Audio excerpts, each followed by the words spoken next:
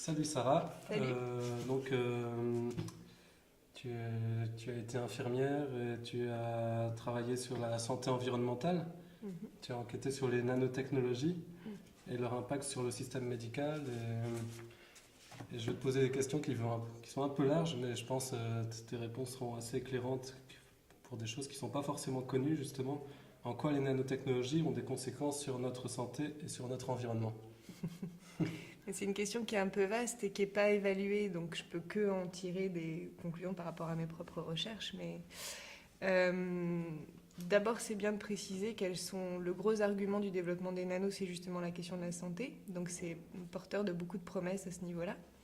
Mais qu'en effet, dans le réel, pour le moment, ce qu'on fait, par exemple, des nanoparticules nous expose plus de façon nuisible qu'autre chose. Dans le sens où on en met absolument partout, donc dans les médicaments en effet, mais sans forcément en évaluer la toxicité, et puis aussi dans l'alimentation, dans les cosmétiques, dans les produits ménagers. Donc on mange, on respire, on boit des nanoparticules depuis déjà plusieurs années, avec des conséquences probablement déjà actuelles de nuisances, mais qui ne sont pas du tout évaluées, et si on le voulait même, ce serait difficilement évaluable, mais en tout cas rien n'est fait pour. Donc ça, c'est le premier impact, à mon avis, sanitaire et environnemental. Et l'autre impact qui concerne là la nanoélectronique, c'est-à-dire le fait d'introduire des nanocapteurs et des nanopuces dans tout un tas d'objets de la vie quotidienne, de la prothèse mammaire à des objets de la vie courante ou n'importe quoi, tout ce qu'on appelle les objets intelligents et communicants, c'est aussi des ondes qui se baladent de partout, donc qui brouillent tous les systèmes d'information qui font notre monde. Donc ça, c'est une nuisance qui n'est, à ma connaissance, même pas soulevée dans les rapports gouvernementaux, même pas évoquée, mais qui est, je pense, physiquement importante aussi à prendre en compte. Merci. Et est-ce que tu peux donner quelques exemples justement de...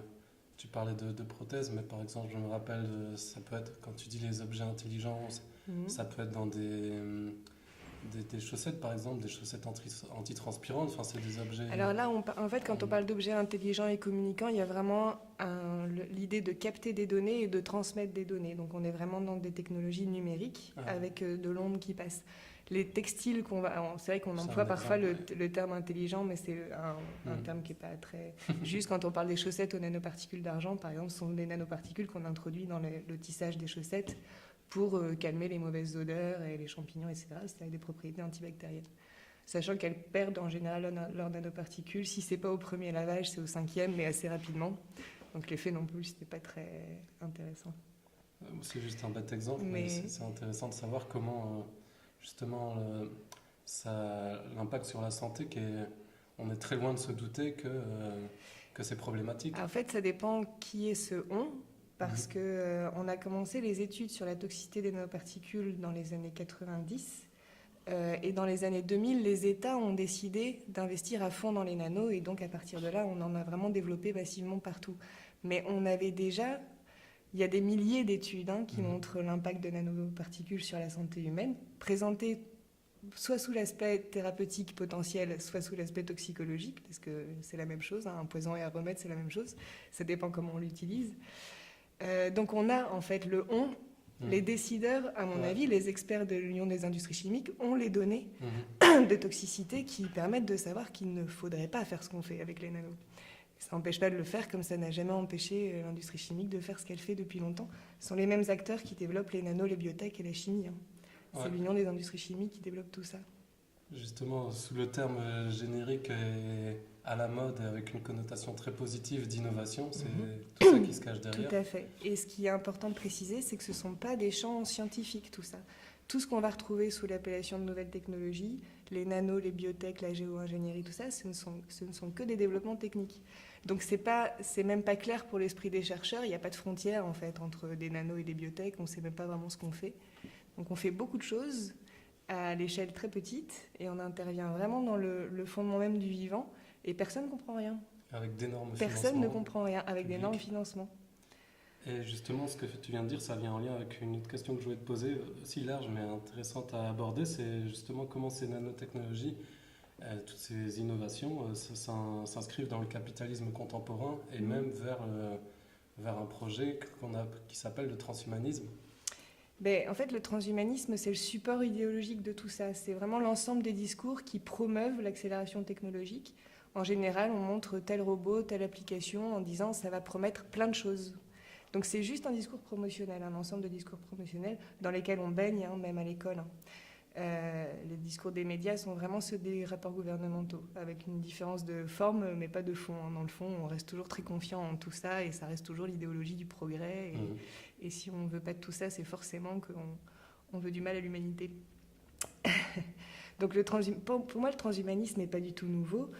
Je parlais tout à l'heure d'un bouquin que je relisais là, sur la révolution industrielle au Moyen-Âge, où déjà à l'époque, le moulin, qui était une vraie révolution énergétique, était présenté comme libérateur pour la femme et tout ça.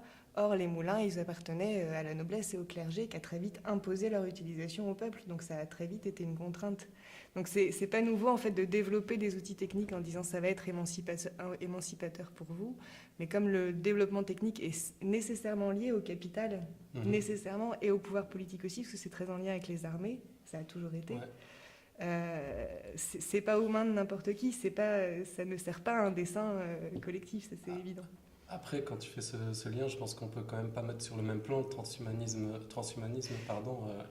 tel qu'il est actuellement, et tel que ça transforme notre rapport au vivant. Mais pour moi, la différence, elle n'est pas...